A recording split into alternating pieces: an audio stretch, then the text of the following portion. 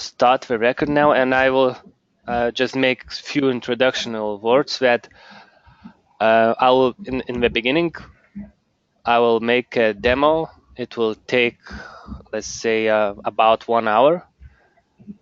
And then we can I'll make some additional notes about the precast solution, about what I have in this project.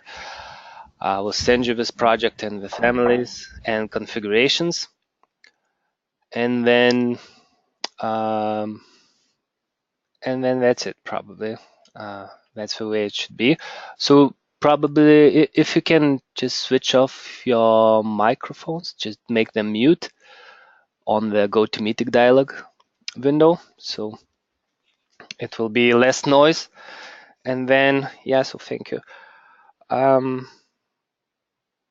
Okay, so now I will start. After the demo, you can, I don't know, ask some questions and so on. So I will show you what I usually do. How do I make the demo for the clients? So I don't go very deep into the technical side at the demo stage, because like we have two stages. One is for the demo, like before the client purchases something, and then the other one when we do the technical training. So then we explain more deeply and it takes more time. So okay, the demo looks like this. We have precast concrete solution. So that's 5 tools. And I start usually just from smart walls. Then I go to the floor panel layout, sort, smart details, sort mark, and then in the end, the drawings.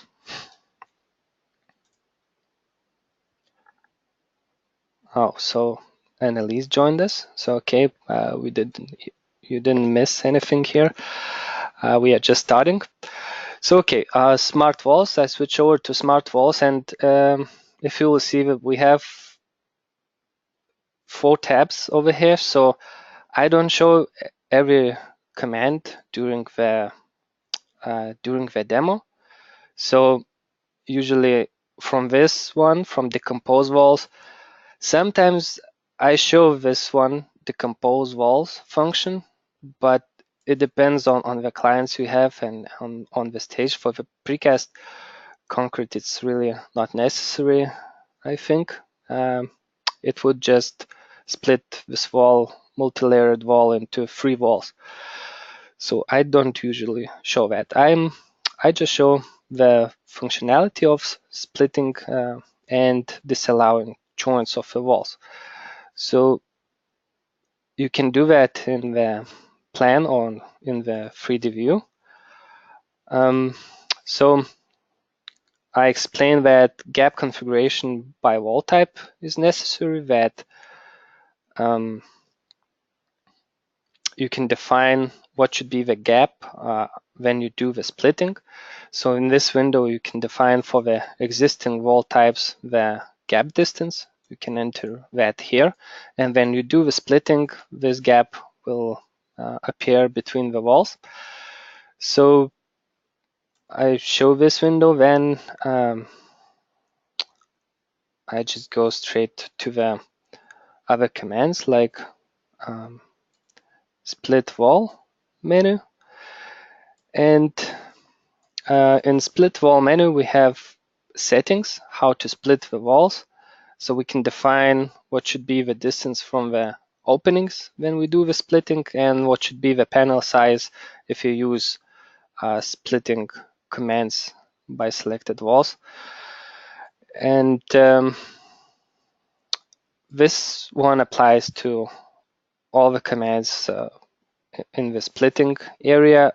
This one is related only to the split selected by maximum spacing, and this is the limitation for the minimal wall. So I select the walls, and then okay, these walls, and I do the split from selected openings. So it will apply the settings, and we will have just define distance from the opening. And also if I will take a look to the plan view, the ends of the walls are disallowed. So the joints are disallowed, and also the distance between the splitted wall panels is the one which is described in the gap configuration by wall type settings. Then we can do it like this. We can select all the let's say visible types of this walls. I'll maybe even select a couple of these, and then I will use disallow joints command. So when I do disallow joints, so all the ends of the selected walls are disallowed, and then we have the same gaps. Another command which I use is shorten pick wall end. So sometimes I just click, let's say, on this wall, and it's just changing the connection between the walls. So we can change it back if I want to. Again, then I will do the same actually for these walls. I will do the disallow joints. Then I'm starting to use other commands, so I'll just select a couple of these walls and select command split from the start. So you will see that now we have same size of the walls. Just by defined settings, the walls was splitted. Then this one usually I select, and then I do splitting by maximum spacing. So again, I have some splitting by defined distance, and there are some individual splitting options. So these are used to split elements at the particular locations, manual, not by using settings. So what I can do, I can draw grid lines in the selected area. I can draw the grid lines. In this project, you see that I just created this type of split grids, so so I can divide my wall. So let's say I select these grid lines, and I select this command split by grid lines, and I select the wall and click on escape, and now I have wall split it in the exact position where I need to do that. Also, okay, so I can also do the same again. Let's say I'll select this one, and hit on escape, and then I will select these two walls. And now I have the split here also. And that's it. I don't show other commands. I just say that there are other options. You can split from both ends, from another end, from picked end, and so on. And you can finalize the splitting in your project.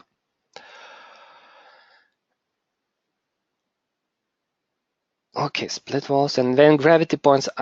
I don't even mention this probably usually, but what it does, it just places the gravity point in the selected wall or in the group of selected walls. I don't know. I think that gravity point is just the last stage, and we can have it in smart assemblies, and I think it's better to use that in smart assemblies. I also do say that every of our tools, we have this help page. So if I'll click on that, it will bring us to the help page, right? We can find some webinars, we can find some getting started video and technical documentation, some blog post related blog posts, but again, it depends on the tool. Some of the tools we have sample files, more documentation, and so on. So it's a little bit different, but you can find help also online. Okay, then I switch over to the floor panel layout. And here are 4 tabs to create floors. So there are 3 stages how to create floors. First of all, we need to divide existing one single big floor into the regions, so to where different or slabs will be distributed. So to do that, I use floor supports, and in this menu you see some options how to split the floor into the regions by using existing elements. So it could be grid lines, it could be walls, or it could be beams. And I use this add supports command. So I select the floor, and then I go over and select the supports, which should define the position of splitting lines. So I'll pick this one, and now it just changed the color, but so I click a couple of times and I just show to the client that now we have one region here, and a couple of here, and I will add some additional ones. So I'll do it like this, and then maybe I can hit, no, it's not good, because now you see some kind of bug is this. I will do that again. Okay, so I'll leave it like this maybe, or add additional support. No, it's not good. Something is not working because okay, so I do it like this, and I leave it split regions like that usually, and then I don't really get too much into other splitting options. They have some meaning. I mean, they have some different thing, but I don't do that in demo. I do that in training. So the purpose of this meeting is just to show the demo. So it means how does it work, and don't get in, let's say, all the possibilities. So okay, so I split that in this kind of regions. Then you can show like now these splitting lines, they are related and maintains connection to these support elements. So you can use that later. And then there are options to update, to delete supports, as all of our tools, we have this functionality to model, then to modify, update, and delete. Okay, so then you need to switch over to the second stage. It's the panel layout planning, and you will have such a window in which you can it looks that there is a lot of commands here, but actually on the top we have few commands to create them, then update and modify, then delete, and then additional splitting options. So it has very similar splitting menu as the wall. So it has the size of panel, maximum size, first last offset. So this is just in the region, the first distance you can define it, and then the direction of the splitting. So when you are good with your settings, you can go ahead and use one of these commands. So you can use that actually for the wall floor. It depends on configuration of your building. If you will not use my project, so just think about it, which option will be better. But the wall floor, so when I click on the wall floor, it will just place it based on my supports. And you see these doesn't look very nice. But again, it's maybe good to show that most of the splitting could be really automatic, and then you can use this update panel layout for the floor face command, and then you go to this region, and if I will click close to this line, the splitting lines will be perpendicular to this line. So when I click on update here, so you see they changed the direction like this. And what I do next over here, I just join a couple of regions over here, because let's say now I don't want to create Holocaust labs here, so I can change that. Then I can modify panel layout planning, so I can click on one of them. I can change, let's say, the distance and click on modify, so it will change the the size of my panels. And then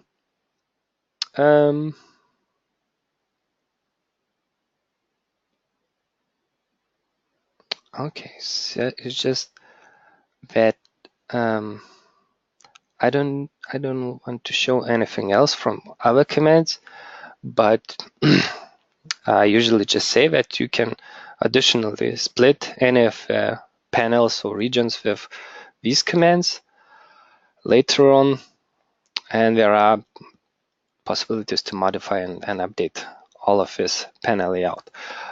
But when I switch over to the last stage to create panels, and in the panels, so again we have some panel settings here, and then in the panel settings, on the top we have supports. At the selected supports, as I selected a couple of walls, so my panels will be supported on these walls by defined values over here. So if I selected supports to be structural walls, so my panels will be supported on these walls by these settings. Let's say for the beams it would be different settings, for the grid lines and so on. And if I didn't select the support, and then we still have slab supporting on that edge, so these options will apply to extend the slab above that edge. Then over here we have parameters. So you see I already I created shared parameter. You can create shared parameter here and assign shared parameter for the panel width and length, because when I create panels, they will be floor category and they don't have these parameters. So we need to create them in order to get amounts in the schedules. Over here I select the size of the floor. When hole types they are available, they come together with a project, with a software, sorry, and then cast and place floor. So this is just a leftover, which will not fit the predefined size of the panel. And offset from level, we can change that, but I usually don't do that. So I'll just save it and leave it as it is in my computer. And then create panels for the floor face. Again, we can select one by one. So usually I do it like this. I know why my division didn't work previously, because I just installed this morning the beta version. It's clear. Okay, so the create panels for the floor face. I select this command and then I move over, let's say on this region, I select it, and then it will create, it will not create because they are not, that's the issue with my beta version. But for you, it will create, it will create the floors and it will create panels. Let me show you how in reality it will look. Actually, on this floor, it works even in beta version. So what it does, it creates the floor. So now I have a floor with width and length parameters, and I have the holes inserted. And the holes are just a family which you can edit and modify based on your local manufacturer. So you can modify, and it's not a problem to have your type of floors. in this area I have just cast in place panel. Then I can change my settings, and usually I do that just by changing, let's say, to this, and I save it, and then I create panels in different area, right? So let's say now I have some panels here. Then this is the new option from the beta version, so that's why I was testing it. This option, it will be available after a few days. So you select the floor and you can click on insert holes, and then you see you have here the hole types which you can select from the list, and then you click on insert. It will just insert selected holes in this area. So just when you have pre-cut slabs, so you can use this option for the selected floors. Again, when I do another one, I change the settings over here. Let's say I make it as a massive slab, just remove the holes, and this one I will also change to that. And I can create panels in this area. So now let's say I have just floors with predefined thickness, and that's just what I show about this precast floor panel layout. If sometimes maybe there will be questions if this could be applied for the double T slabs. So it could be applied because the holes they could be modified, and you can insert let's say different kind of cut for the selected floor and get the shape of a double T slab. Okay, so floor panel layout. Then I move over to the smart details. Okay, so for the smart details,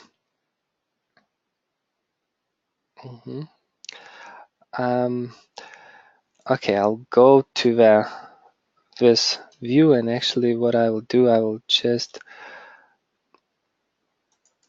hide in view of this category, and I will remove the view of the floors, so I could start using smart details.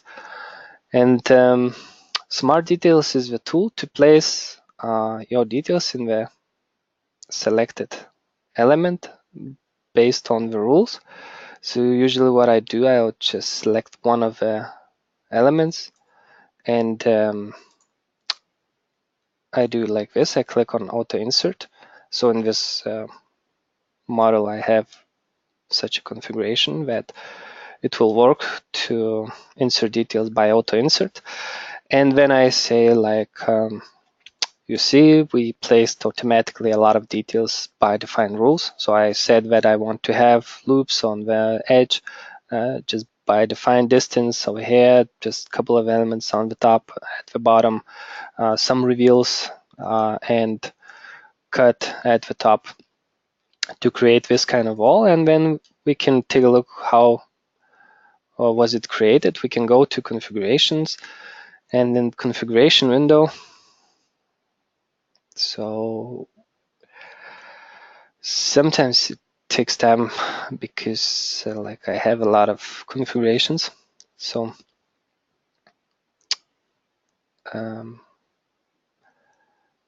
we need to wait until it will pop up. Okay, so where is it?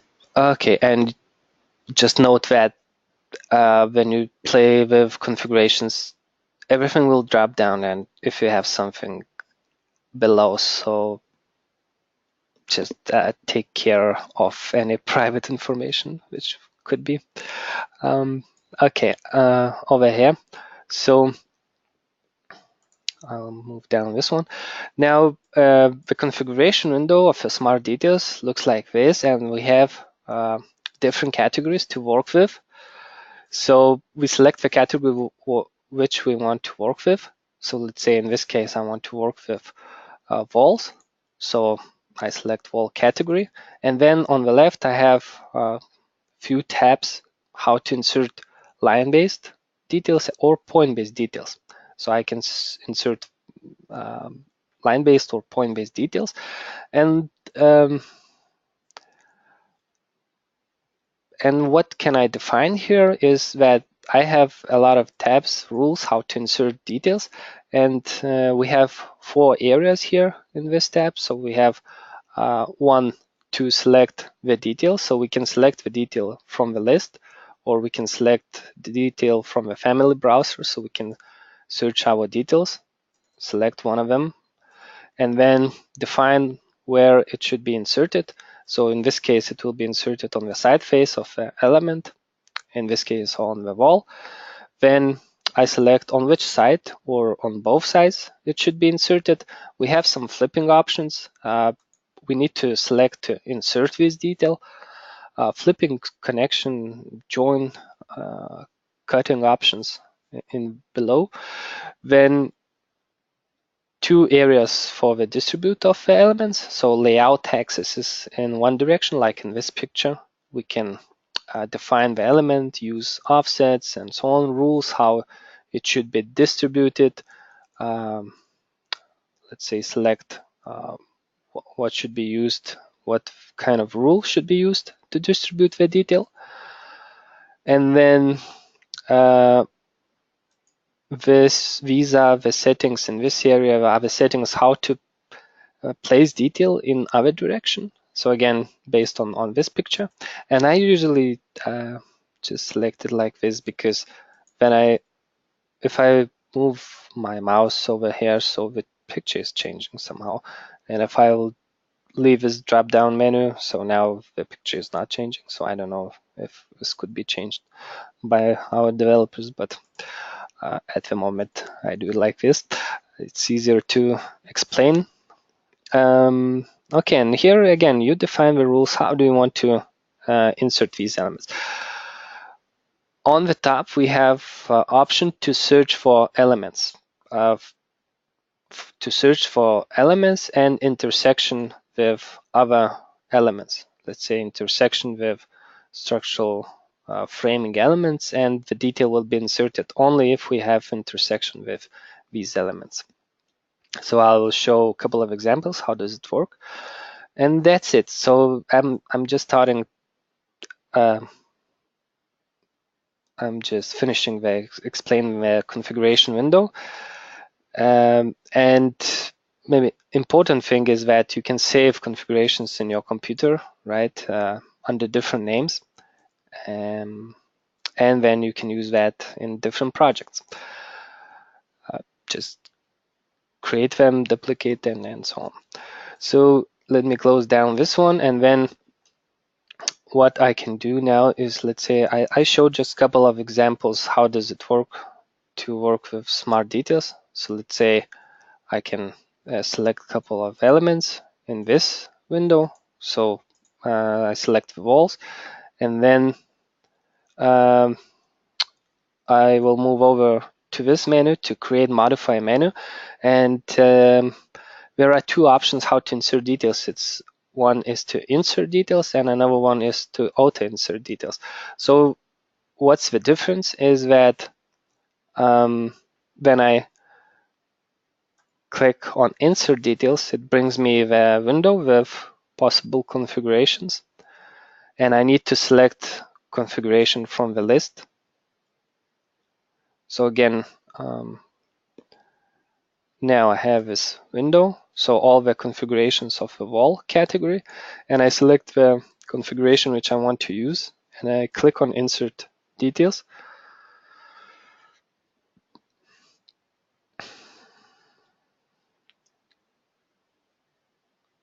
So usually smart walls and floor panel layout and sort mark, they don't take much time to explain, but smart details and smart assemblies, it takes longer, because I don't know, I just have a lot of examples and I think they are really powerful.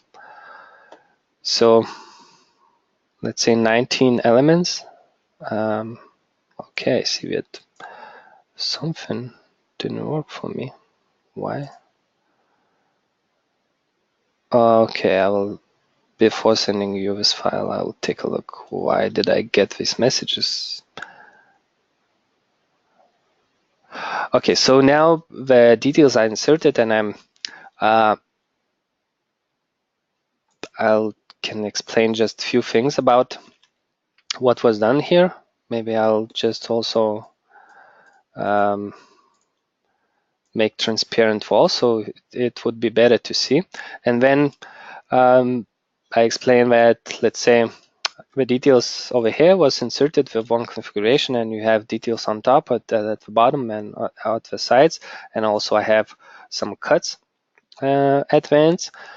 But as I said previously, we can find connections between walls.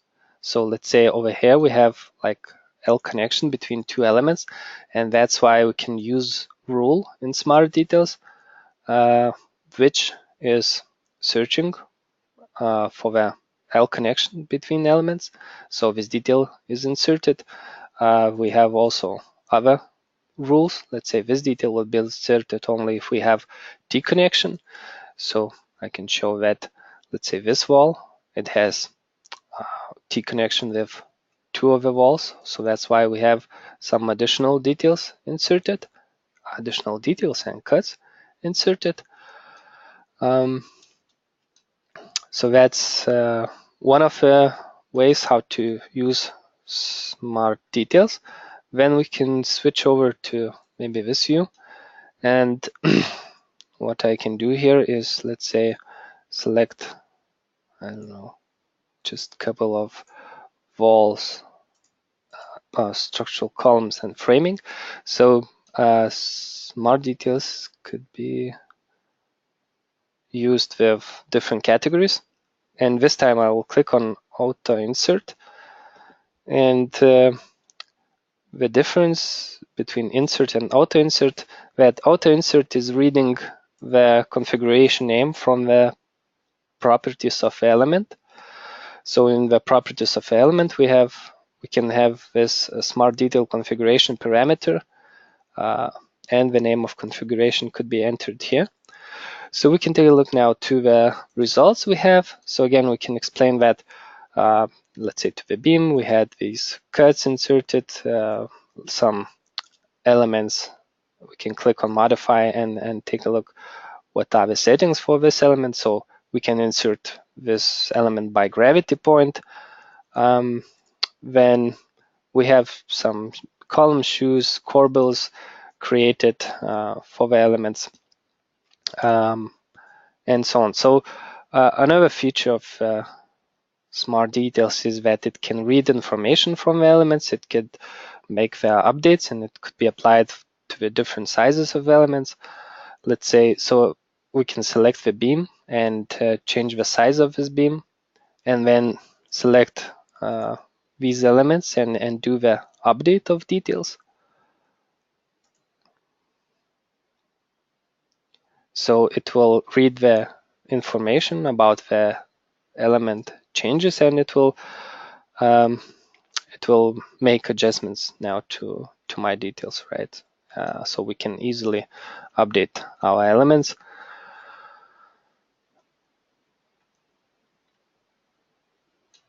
Maybe a couple of more examples could be showed also to the client. Let's say, I don't know, I will select these and click on auto insert, and it will place a few other elements. So let's say, yeah, in this example, we see some other details was inserted to the beams. Then we have the floors over here, and this detail was reading the width of a floor, because it's just parameters which control the size during the insert, and if the size of the floor is bigger, so the distance could be changed. So that's another cool feature which could be used with Smart Details. Okay, so maybe another example, we can also show that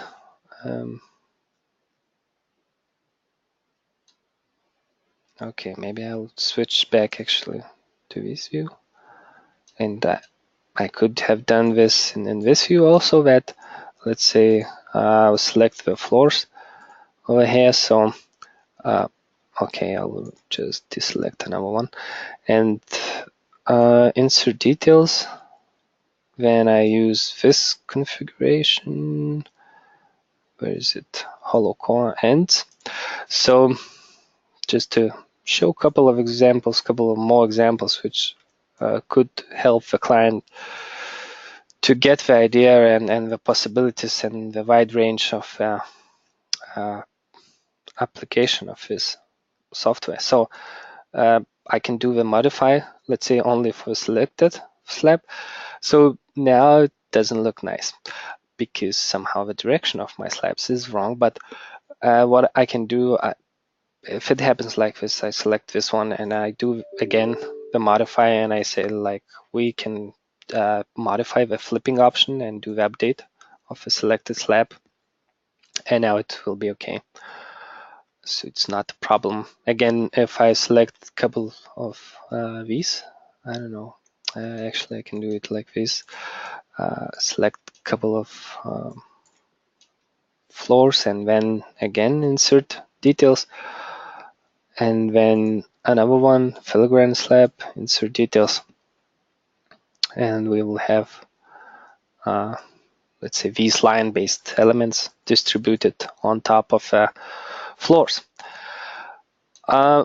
Few of the other examples and the applications you can show to a client, let's say other options how to apply that. You can insert cuts, you can insert different kind of cuts.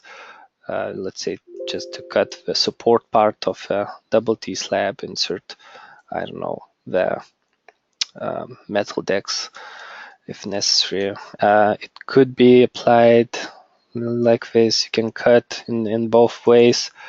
You can add corbels, you can add, let's say, if we'll take a look to this view, we can switch over to this view, and let's say it could have, the results could be very different. So it could be applied in many different ways. So it depends on you. What do you want to show to a client? You'll find a couple of more examples here. But I think for the demo part, it's enough about smart details. Maybe you can mention that you can delete selected details or other details, modify them just for a particular element, but I think I already said that. And then the gravity point, the same as for the walls, but again, I say that this we'll use that in a smart assembly, so it's not really necessary, but it could insert gravity point in any selected element with volume and the material assigned. So the other part is to sort elements. So okay, sort elements. It can renumber your elements based on rules again. So if I will go here and I go to plan view actually, and I'll do like this, that now my walls, they have, let's say, some kind of marks already, but I want to change that. So I can do that with sort mark, and by using element numbering. Actually, all the other parts I don't show orientation swing or calculate. I'll just move to the element numbering, and then you can renumber selected category of elements. Let's say I will renumber all the walls in the project, or all the columns, maybe, because I was talking about the columns. So okay, I will renumber all the columns in the project, and I will select where do I want to write information, or I can create new shared parameter if I want to, but now I just need the mark value. So I will click on OK. And then I have this window where I can define settings how my elements should be renumbered.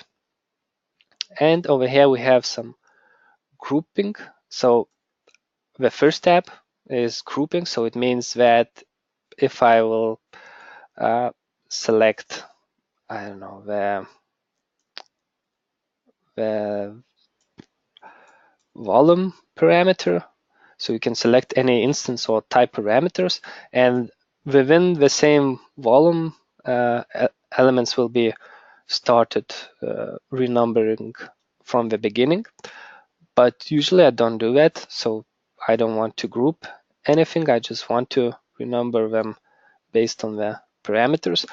Now in the new version of SortMark, so it was released really just a few days ago. So you can apply some filtering based again on any type or instance parameter.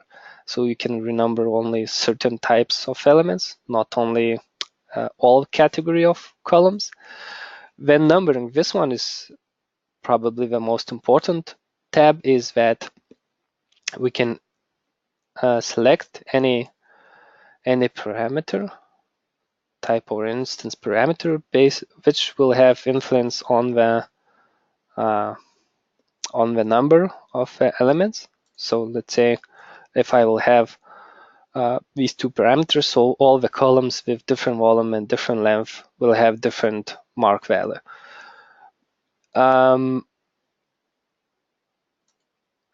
You can also use, let's say, sort instance ID. So it means all the elements will have different number.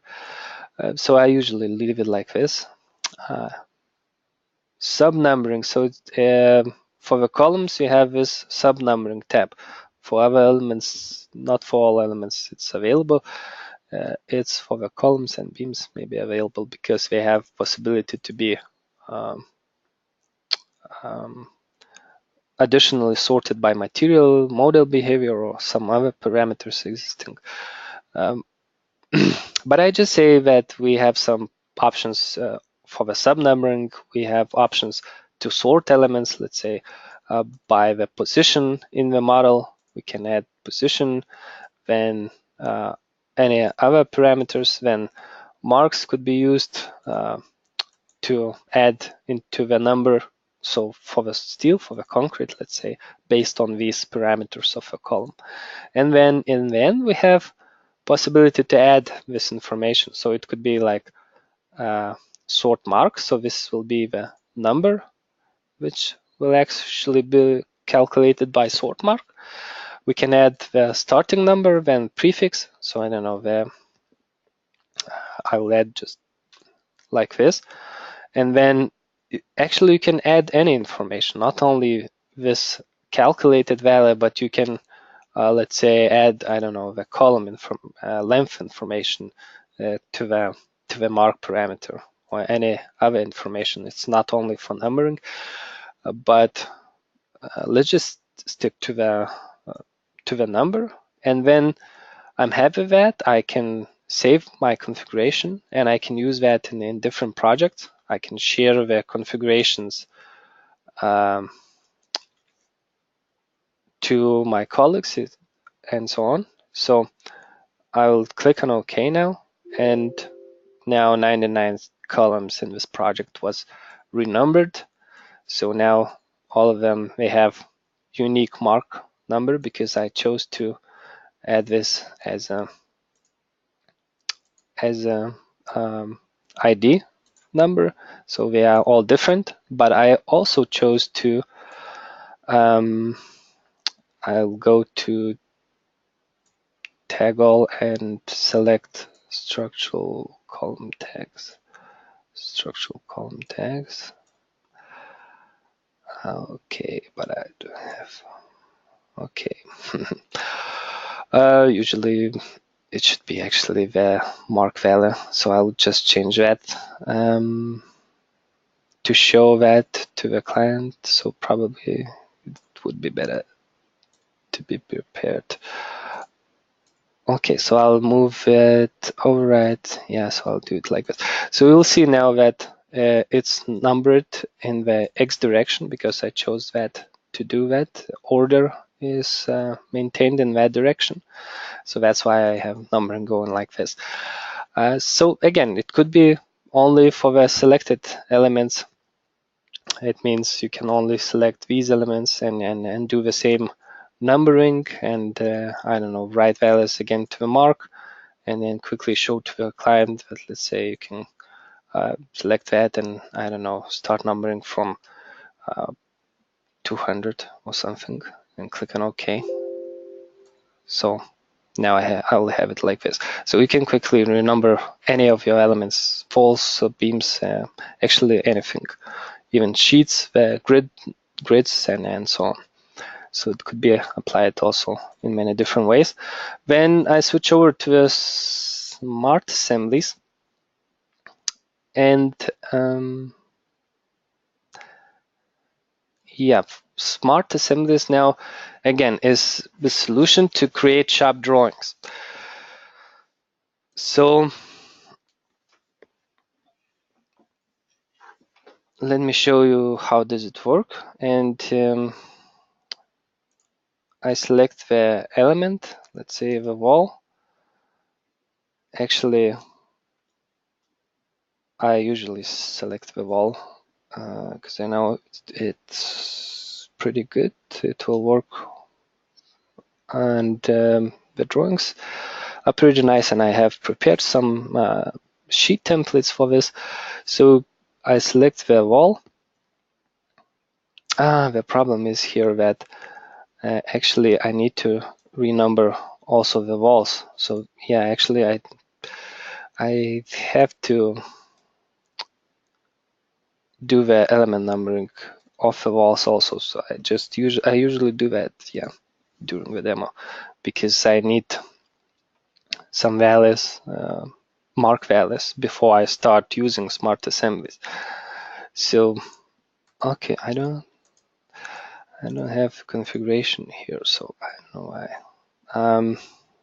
So let me just quickly renumber my elements. So I'll do it like this. I'll add ID. I'll go to sort mark, add this one, start, and then I will just do it like this, and I'll click on OK. So I'll just renumber 3000 elements.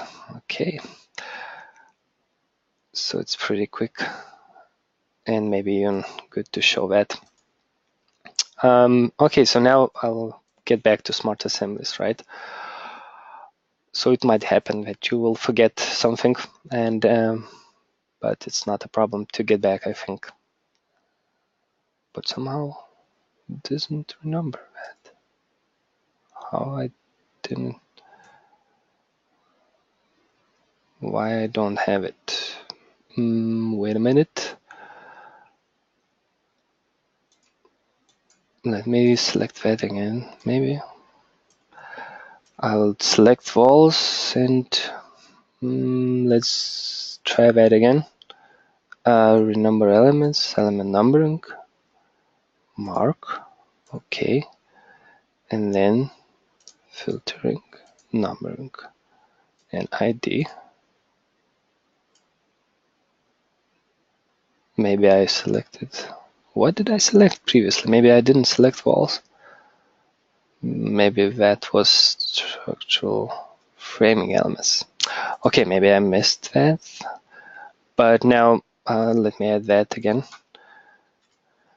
And click on OK. Okay, so it's not so much this time. Duplicate mark values. We have a message. Let's check it out. Yeah, so now it's okay. I don't know, maybe I missed something. Okay, one more time, back to smart assemblies. So, smart assemblies is the tool to create sharp drawings, and the sharp drawings are created based on sharp drawing configuration. So you can go to configuration tab, open sharp drawing configuration window, and in that window you can define how the sharp drawings should be created. So if you go there, okay, so let's say I'll select one of them.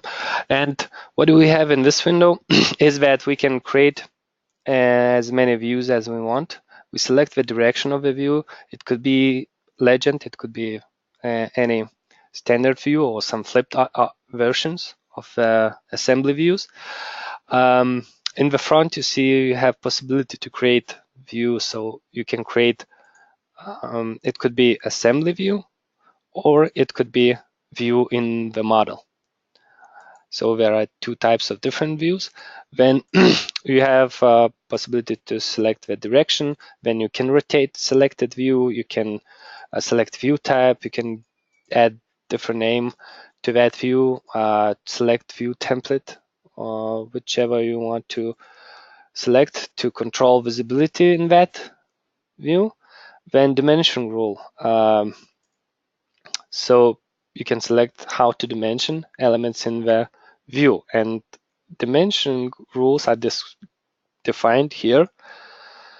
They could be saved under different name, and what you can define here is how to dimension main element, how to dimension what dimension style should be used, how to dimension openings, cuts in the main element, then how to dimension metal details, concrete details. For metal details, you can even have model lines inside your families, and then your dimension lines will snap exactly to that location where do you need.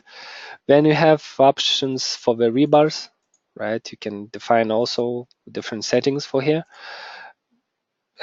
Dimension priority nodes, here you can define what should be dimensioned in the view. Maybe you don't want to dimension hosted details, so you can switch that over. You can dimension grid lines, gravity points, total dimension, all the openings, and so on. So you select what do you want to see in the view, and then notes how they should be inserted, how should they look. So you can also switch options. So I will cancel that. I don't want to save these settings. And now over here, you have some settings to insert gravity point, to update views, insert grids, and so on. So some of the options, how to reverse views, how to tag elements, insert gravity points just below. And then you have here another tab for the detail view. So that's just the name for the model view. If you select model view, so the name of model view will be based on these settings. And schedules, yeah, in schedule tab, you will see that you can select any type of schedule which could be created for the assembly. You select it, and then you can apply the schedule template.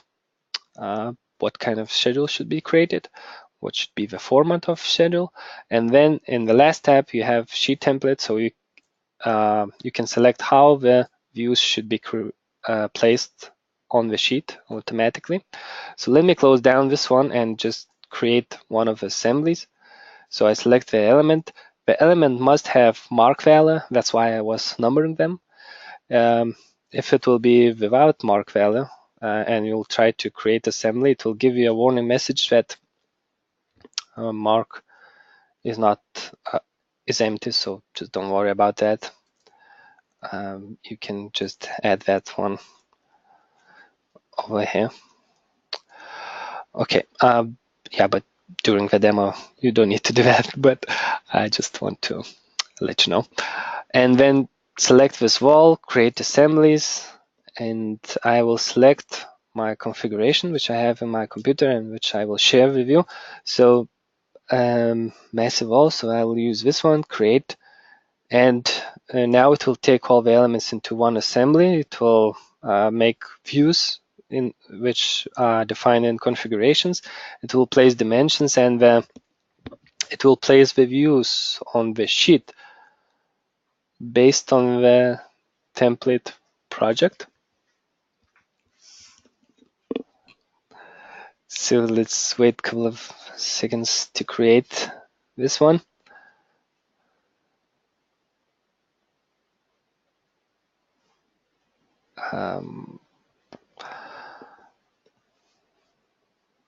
What's that?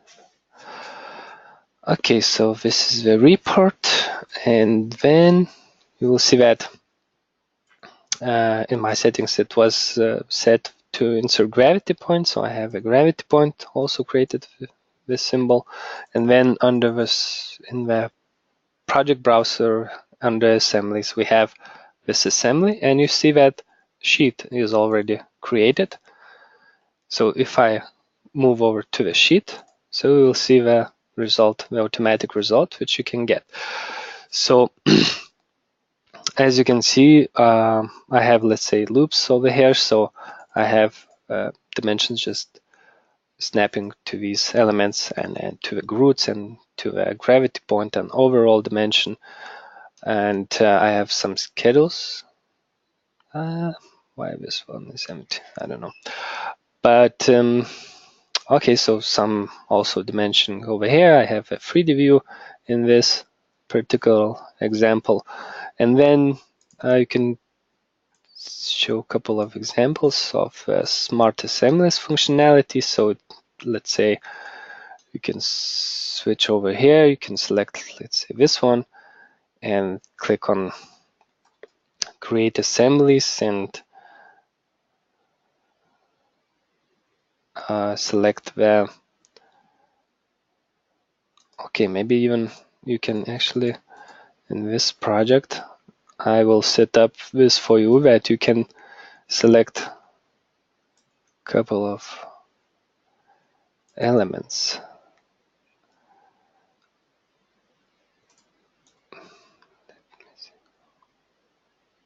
Yeah, so let's say I will select a couple of elements. Actually, this one, it has the mark value. So I'll select a couple of elements, and again, the same as in Smart Details, we have auto create assemblies functionality, so it can read the name of configuration which should be used, and it will create 3 assemblies. Because Smart Assemblies is working with one separate element, so it will not create one single element from these 3 elements, not single assembly, but it will create 3 assemblies. So, okay, so the views will be created, different kind of configurations will be applied, and we will see the results. So again, as other solutions, Smart Assemblies has update, modify, edit configuration options,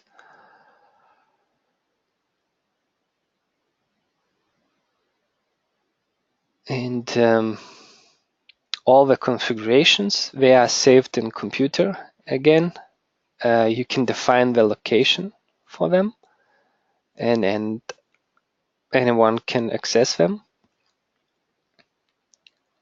and use that in different projects and so on.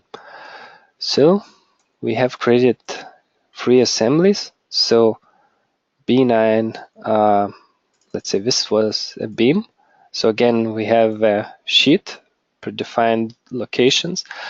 The views are on the sheet just placed in such a way that they are placed in the template project. So that's just a project with different assemblies already created, and we can find this kind of beam created in that project, and you can define the location of that project where it should get the sheet template. Okay, so here we are. Then we can show another one. What's that? That's let's say a column, and it has some legends in this sheet. And then we have sheet like this. So let's say a column is rotated, and we have some, again, schedules and so on.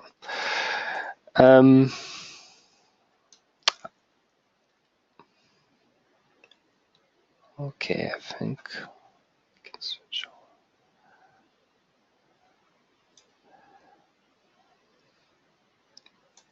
Okay, so configurations are located over here. You can define the location where it should be. Another feature of smart assemblies is that you can actually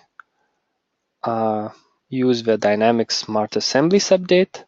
It's turned off by default, but if I will turn it on, let me show you how does it work. So maybe I'll just create a couple of assemblies from these. So I'll use auto create assemblies again. So it will read the name of configuration from them, and it will create a couple of assemblies for me, because what I want to show you is how does it work with dynamic update.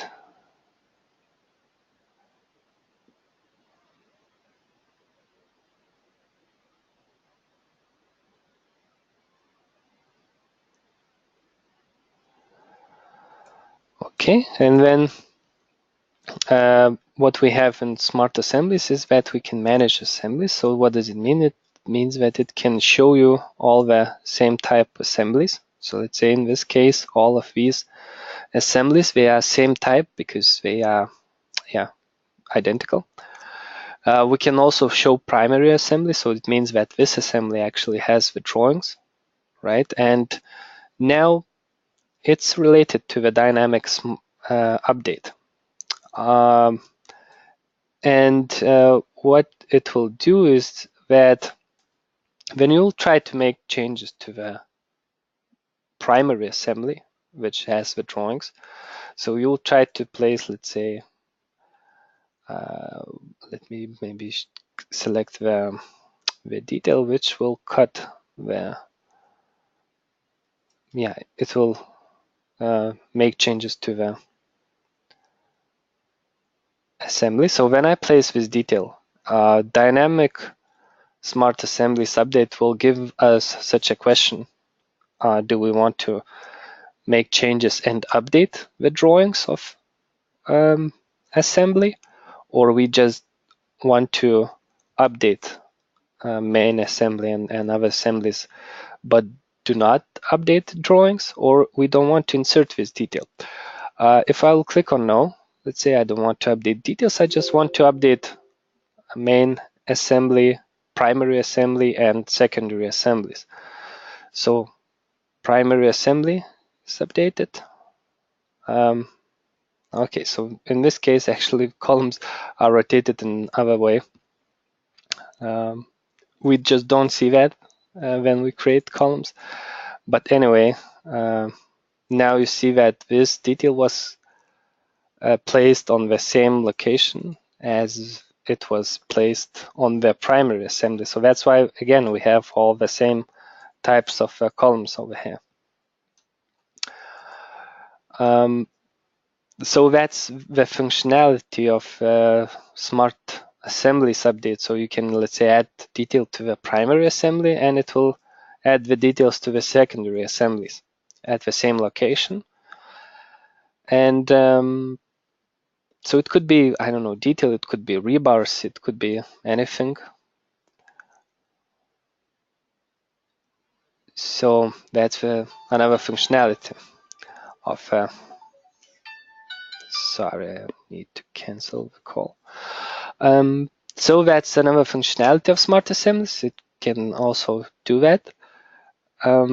Detail views can create the view in the model, as I said previously. So I just don't know, do I have a, let me check if I have for the massive wall, I have it. For the column formwork, yes, I can do that. So detail view command, I can use detail view command only if I have this view in the configuration for the element. So I can do that. Let's say I already created this one. So I can now go to detail views and create update detail view. So now it will create the view, and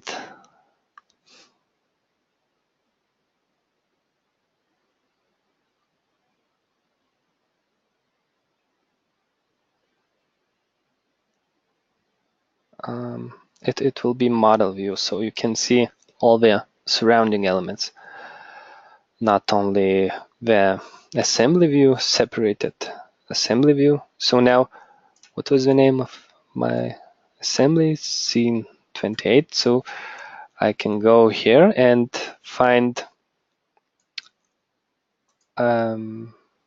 detail view. Do I have it? Yeah, and over here I have it like this. So it looks similar, but additionally you can see you have just a crop view.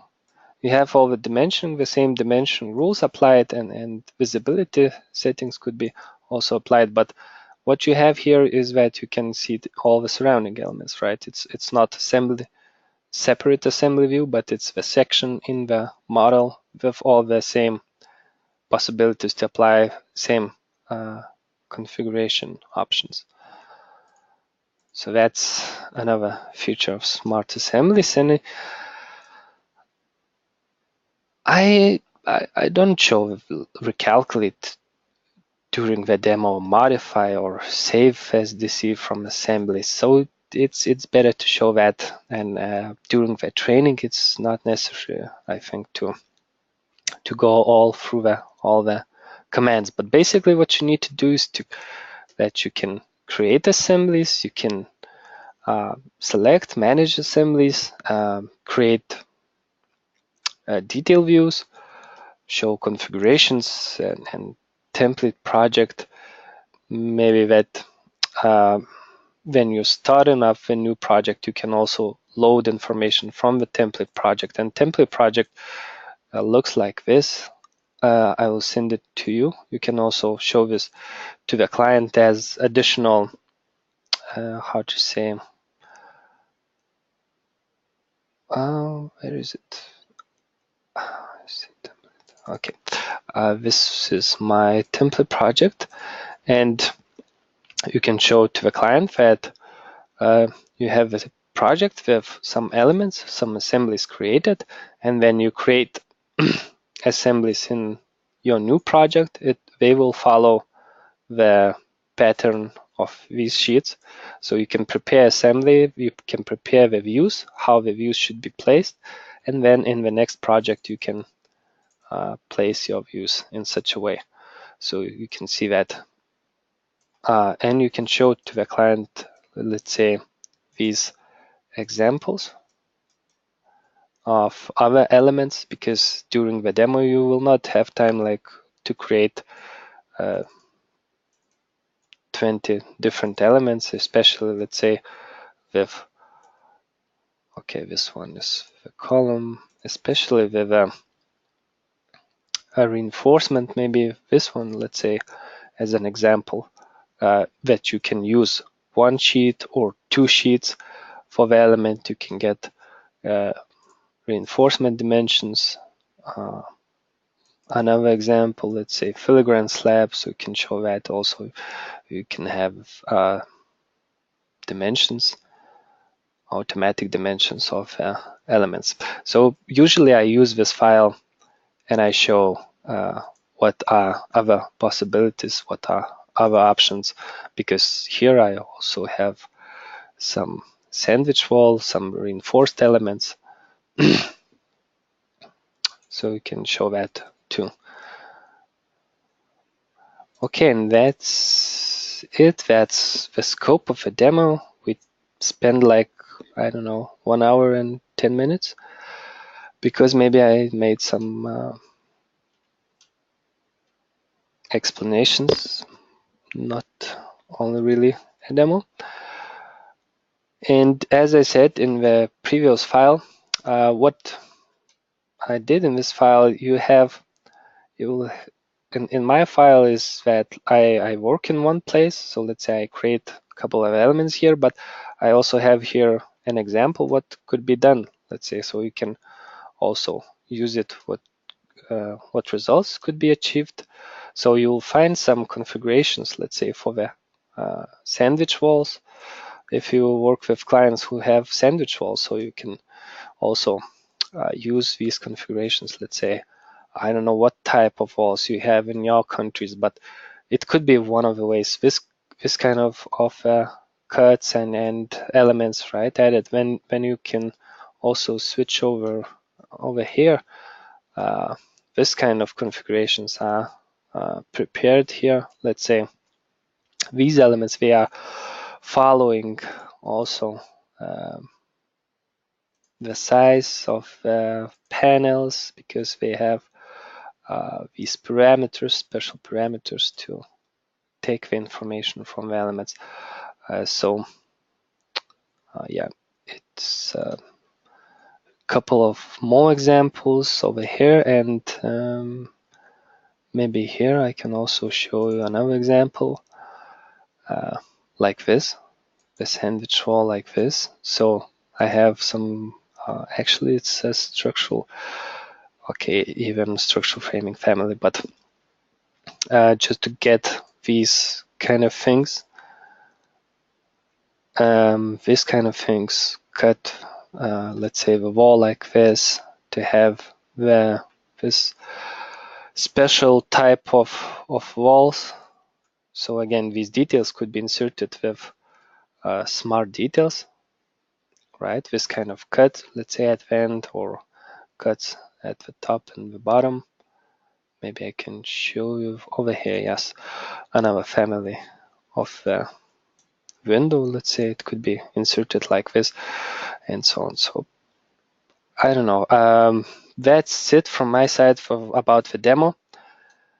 And I don't know, do you maybe have any questions? If somebody wants to add up something.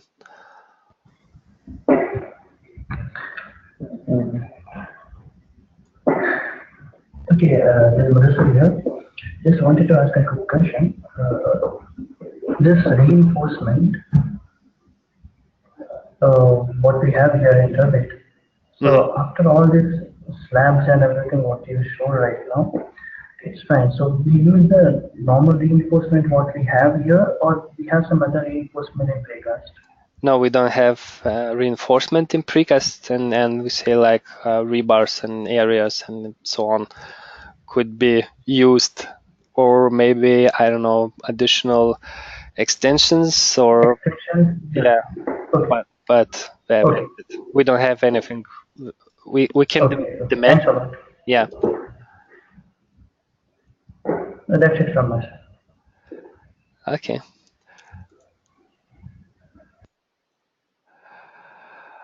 Hello, I have a question. Yeah.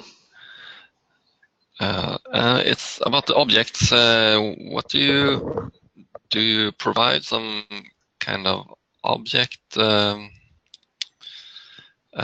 folder or something, or the new ones who are starting with this? Should they make their own, or we say they should create their own, but I don't know how. I think I will try to put at least some kind of sample project to at least get these simple families which I have. It's not many what I have here. I will send these to you. So for you, it will be, at least to start, it will be easier. But for, let's say, clients, so they need to create or have them, these phase-based families or line-based families. So usually they do it like this. They create their own families. Yeah. Okay. Yeah. Thank you.